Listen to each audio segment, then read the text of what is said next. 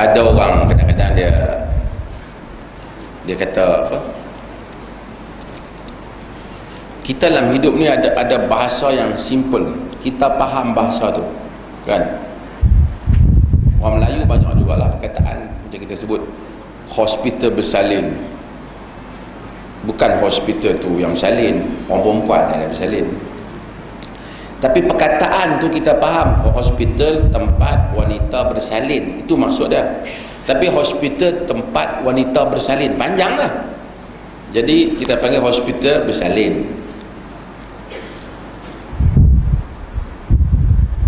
Dia orang tanya, apa siapa tak buat perkampungan ahli sunnah wal jamaah, panjang lah.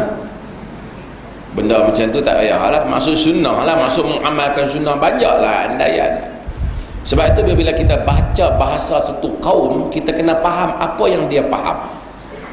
Di kalangan ahli-ahli kerohanian, apabila mereka sebahagian mereka sebut, bila aku masuk ke Kaabah, aku melihat Kaabah, kebesaran Allah. Aku masuk lagi ke Masjidil Haram, aku melihat kebesaran Allah, tanda-tanda kebesaran Allah, rumah Allah dan Baitullah. Aku masuk lagi ke Masjidil Haram, aku tidak nampak lagi rumah Allah, yang aku lihat hanyalah Allah. Kita tak boleh kata dia nampak Allah, maksudnya dia melihat kebesaran Allah. Ini bahasa kaum. Sebab itu saya bukan, kadang-kadang orang terlalu sangat macam anti sufi sampai langsung tak ada ruang. Al-Imam Az-Zahabi dan juga Ibn Qayyim juga menyebut, bagi kaum sufi itu kadang-kadang ada bahasa mereka yang mereka maksudkan lain, orang faham lain. Tapi kita janganlah pergi cakap bagi orang faham lain. Tapi kadang-kadang Nabi kata, a'budullah ka'annaka tara, sembahlah Allah seperti engkau tengok dia. Fa in lam takun tara fa innahu yara, jika kamu tak tengok, sesungguhnya dia tengok kamu. Maksud bukan tengok Allah, seperti melihat Allah. So kita kadang-kadang ada orang terlalu kerah sehingga perkataan tasawuf tu sendiri dianggap sebagai haram, kadang-kadang macam nak pakai. Sebenarnya tak betul sehingga ke peringkat yang demikian.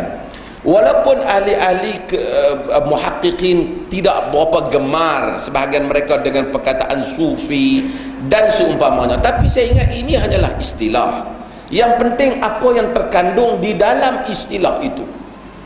Perkataan tasawuf sufi seperti mana Dr. Qaradawi sebut telah dicemari, ya, tetapi sufi dan tasawuf, hatta Syekhul Islam Ibn Taymiyah guna perkataan sufi, tapi dengan maksud dia panggil sufiyyu ahli sunnati wal jamaah.